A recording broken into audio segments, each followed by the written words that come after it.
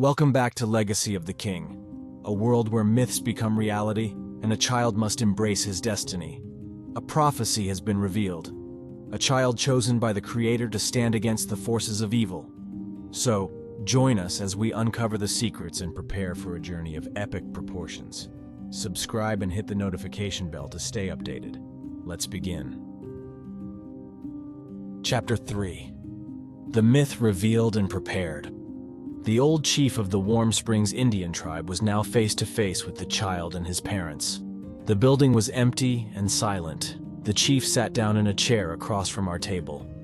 It was only us left now, and I could not, for the life of me, figure out what to say. I did not know how to ask what was on my mind in front of this man. But could I really ask anything about a matter I could not fathom? The idea of my son being a monster, should I speak on such things? The explanation forthcoming, I knew he would be something we would think unbelievable. The chief started with a story. There was a young Indian boy who was chosen by the Creator to defend all that is good from an enemy who only wanted to spread evil and destruction. This child was given one gift, the power to change. It would be his inner spirit that would determine what he would change into. The choice of the chosen one is in response to the Creator's knowledge of what form the queen would be reborn as. If this queen would be returning as a wolf, her spirit animal. The spirit animal of this child then would also to be the wolf. He would be able to change from man to wolf and back again as needed. He would be expected to raise a small, select group of disciples and teach them his skill to defend against the queen of evil. She was to be sought out and imprisoned or killed, to keep the wrath of evil from coming to power, as it did in the Middle Ages, when the chosen one was defeated by the queen. It set into motion the Dark Ages, the medieval age of destruction and sin. The old chieftain looked at us, a young couple, and in an instant, I could tell our entire future of love and joy with our new child was over now. 1 year was all we got. His words were straightforward and to the point. The meaning was wrapped into its depths and soaked with our tears. Your son has been chosen and must be prepared to defeat the queen. I have been chosen to teach him the ways of his people and the acceptance of his spirit animal. His spirit animal has already been chosen, and it grows inside him. It must be taken care of, or it will grow too weak to defeat her. I will make a vow to stay with him and serve him until he is ready to search out the evil. I will help him understand the need for him to know his ancestry, because his ancestry is what helps determine the spirit animal he will choose. Who are you? I asked. How do you know all this stuff? I am Bakunawa, chieftain of the Warm Springs Indians. I am a direct descendant of Chief Malakuwe, who was the chosen one, who came as the wolf. It was around the year 810 AD when he defeated the queen in single combat. She returned as a wolf, but could not turn enough people to her side to give the chieftain a good fight. He had trained all his descendants to morph to wolf and had spread the word of victory throughout all his people. The people were tired of the way things were. They believed and had faith in what the chieftain told them. They supported him completely. Chief Malakuwe easily defeated the queen and took back the world, restoring goodwill for the Creator. At this point, I almost felt like throwing up. This must be a comedy, right? A sick joke? A TV show even, I would not mind if it was. But no matter how I sliced it, I was losing faith in the normalcy of the situation. The words echoing in my head, I was too distraught to make sense of this. I was starting to believe. And I will take Drake onto the reservation where he will be safe. I will teach him the way of the wolf, and help him find his way through this journey. You may see him as often as you like, for it may take many years to train him, and I don't know when the queen will show herself. What I do know is that he must be ready when she does. Why should I believe this? This is ridiculous, I lamented. True, it may sound as such, but it's not. It's the best option. These events the community has been complaining about will continue if your son stays here. You cannot control his power, neither can he. I think I want to take my chances. Mr. Wyvern, this is not a matter of right and wrong, but good versus evil. Oh, so whatever means necessary to get a win for the good side is fine with you. Mr. Wyvern, this is not for my benefit, but for the benefit of the whole world. unless you think you can deal with the townspeople and Drake's powers by yourself. Understand, though, carrying the weight of the world on your shoulders is another thing entirely. His explanation drove home the need for Drake to go, but it didn't help Celen or me. Tears and the feeling of loss overtook us. I understood what the chieftain was saying, and I felt deep inside that I needed to support him and Drake. Still, I was cursing myself for not being able to provide for and protect my son. The silence deepened as Celen glanced from me to the chief as if this was a standoff. But if it was then, I'd already lost. I was only acting tough in the last few moments that remained to me. Hand to chin, contemplating on whether I should believe this madness at all. It was a few minutes, I think, before I spoke. When will he need to go to the reservation? A push from my left rocked me, looking at Celen's face, avid with a frown. Michael, are you seriously going to just give up on our son? Celen cried. Not surprising, but I was ready for her. Celen, he needs to be protected, if not from this, from the community. If everything he has told us comes true, do you think we could protect him, train him, or give him everything he needs?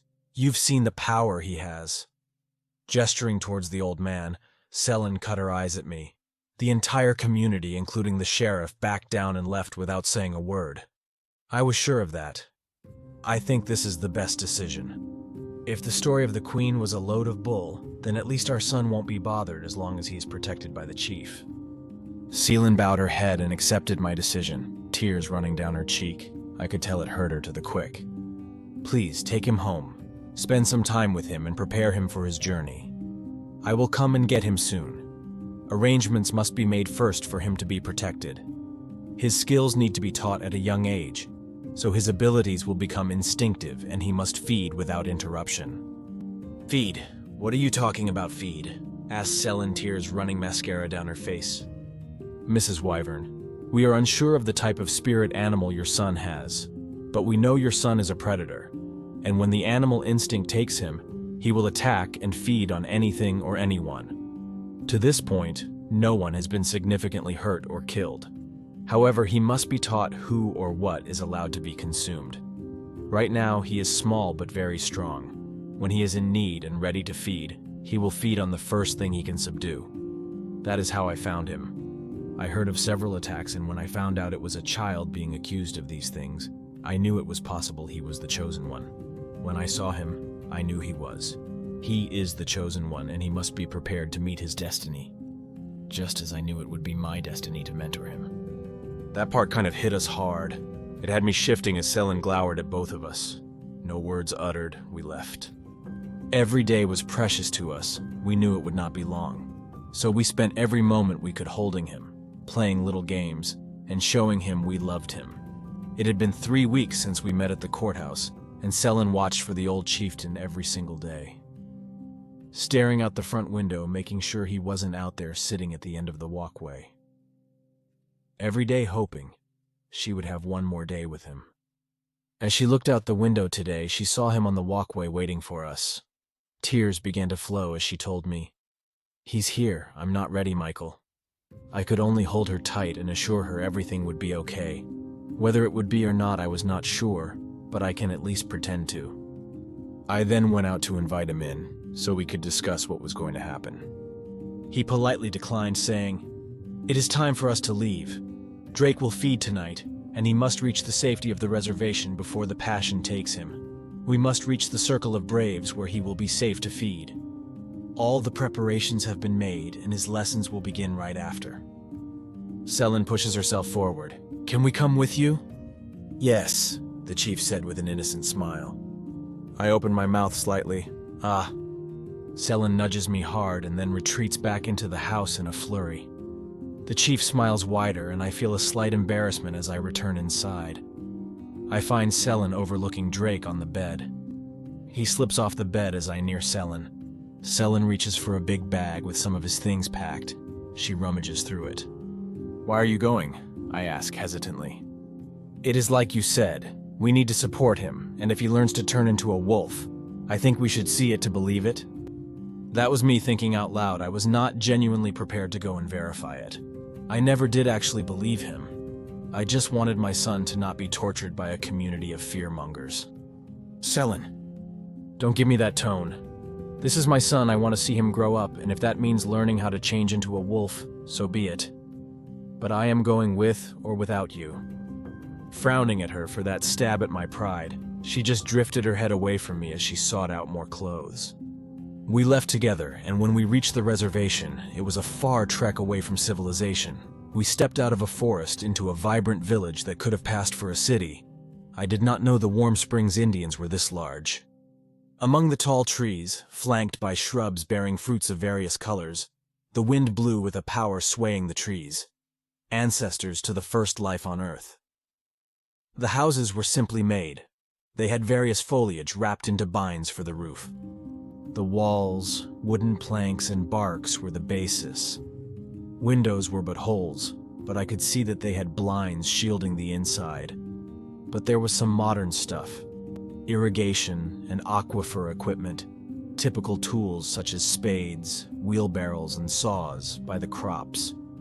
They had vast and lush fields of corn and other crops. Even I was jealous. Celen could not stop gawking at them. Within time we reached the sanctuary.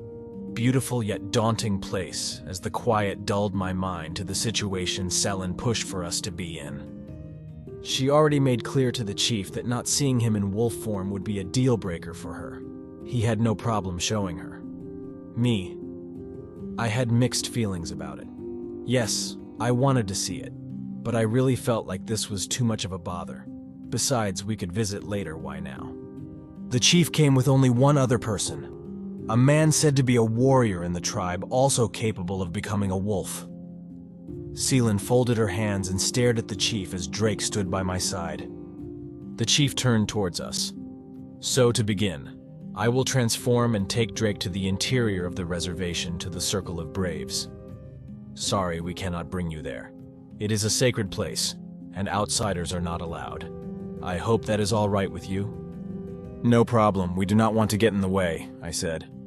My brother of the wolf will take you back when I leave, now then. The chief looked away, and instinctively the Indian warrior came in front of us and started backing us away.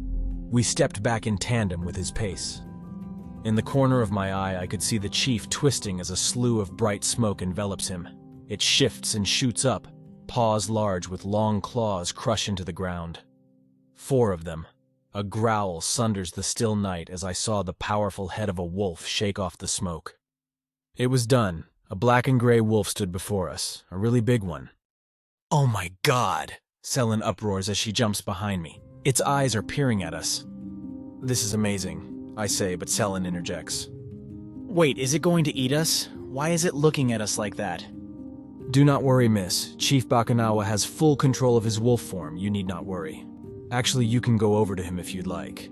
The warrior reassures us. Yes, please come. Celen and me heard his voice, and dumbfounded we froze in place. I'm speaking to you telepathically. Please come bring Drake. We must be going. Taking all my courage, I took Drake up in my arms and stepped towards the wolf. Laying Drake on top of his back, I could feel the disadvantage. His back was just around my neck.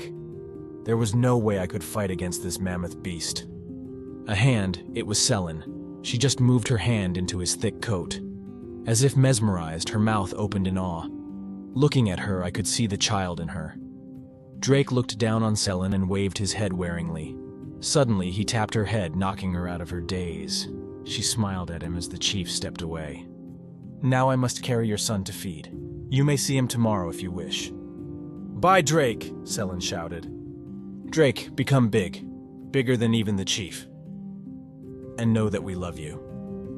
Celen frowned at me. I just waved her off. Well, let us hope he does, the chief says cheeringly before jumping into a spirited run. Deeper into the forest, leaves fall in their wake as the quiet returns to accompany us back to the village. As the story ends, we understand the journey has just begun. The path to destiny is fraught with danger and uncertainty. Subscribe for more epic tales and hit the notification bell to stay updated. Thank you for watching. Stay tuned for more from Legacy of the King.